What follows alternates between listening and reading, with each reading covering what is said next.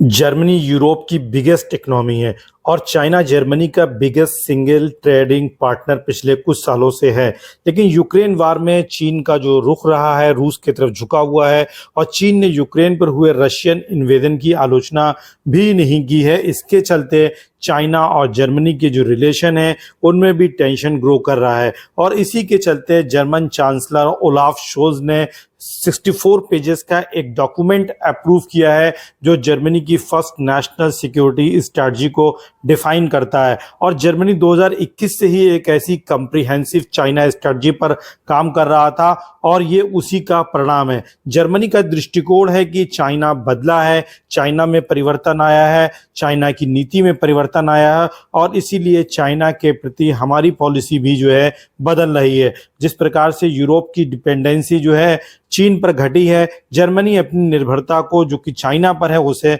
संतुलित करना चाहता है। जर्मनी ने यह भी स्पष्ट कर दिया है कि ताइवान के साथ उसके जो व्यापारिक रिलेशन है वो उसे बनाए रखेगा। हालांकि चाइना ताइवान को अपना ही भूभाग मानता है और किसी भी तरीके से वो उसे चाइना में मिलाना चाहता है जिसका जर्मन विरोध करता है। जर्मनी के इस निर्णय की जिसमें जर्मनी ने यह कहा है कि वो चाइना से जो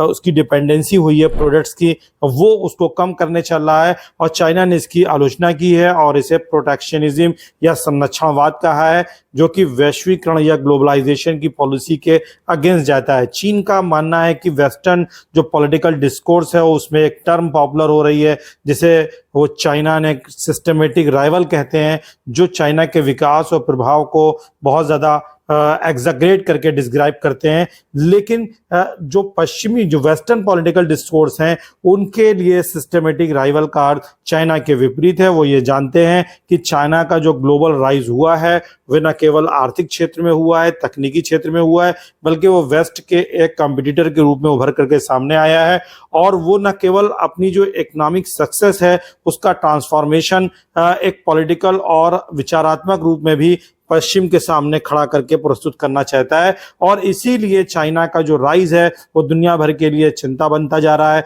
ग्लोबल ऑर्डर के लिए जो कि रिकॉग्नाइज ग्लोबल ऑर्डर है उसके लिए खतरा पैदा करता है और चाइना एक डेवलपमेंट का और गवर्नेंस का एक अल्टरनेटिव मॉडल जो है विश्व के सामने रखना चाहता है। वेस्टर्न डिस्कोर्स में जो चाइना का सिस्टमेटिक राइवल का जो पॉइंट है और उसका आशय यही है और चाइना जबकि इसको अस्वीकार करता है जिसके चलते चाइना की आलोचना की जा रही है। और जिस तरीके से चाइना ने साउथ चाइना सी के अंदर ताइवान को घेरने के लिए और जो फ्री ट्रेड मूवमेंट है उसको रोकने के लिए जो स्टेप्स लिए हैं, जिस तरीके से उसका एग्रेशन रहा है, उसके चलते चाइना के विरुद्ध यूरोपीय यूनियन हो, अमेरिका हो, भारत हो, ऑस्ट्रेलिया हो या उसके जो नेबरिंग कंट्रीज हैं चाहे फिलिपाइन हो, ताइवान हो, इंडोनेशिया, मलेशिया, सभी चाइना से डरे हुए हैं और चाइना एक बहुत ही एग्रेसिवली जो है आगे बढ़ रहा है जिसको रोके जाने की आवश्यकता है।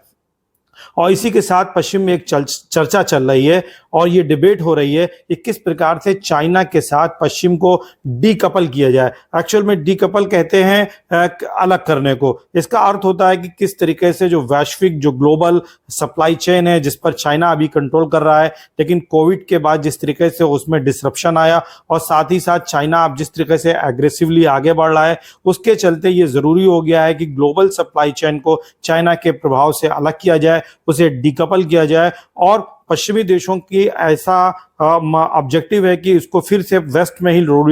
रीलोकेट किया जाए और ग्लोबली डाइवर्सिफाई भी इसको किया जाए। उसमें वियतनाम और इंडिया जैसे कंट्रीज जो हैं महत्वपूर्ण रोल प्ले कर सकते हैं। इसी के चलते चाइना इसकी आलोचना कर रहा है क्योंकि चाइना का जो इकोनॉमिक डाउनफॉल है इससे शुरू हो सकता है। चाइना के मार्केट में एक रिसेशन भी दिखाई दे रहा है और अभी हालिया जो चाइना के रिपोर्ट्स आई हैं एक्सपोर्ट इंपोर्ट की उसमें चाइना का जो है एक्सपोर्ट घटता हुआ दिखाई दे रहा है और कहीं ना कहीं एक स्लो नजर आ रहा है। तो ये चाइना के लिए एक चिंता का विषय है और चाइना नहीं चाहता है कि यूरोप की जो सबसे बड़ी इकोनॉमी है जर्मनी उसके साथ उसके ट्रेड पर कोई नेगेटिव इम्पैक्ट आए, यूरोपीय यूनियन के साथ नेगेटिव इम्पैक्ट आए और ये उसके लिए एक समस्या बनकर उभर रहा है और उसी के लिए उसने ये आलोचना की है। अगर वीडियो अच्छा लगे, इंफॉर्मेटिव लगे तो लाइक और शेयर जरूर करें। Thank you so much.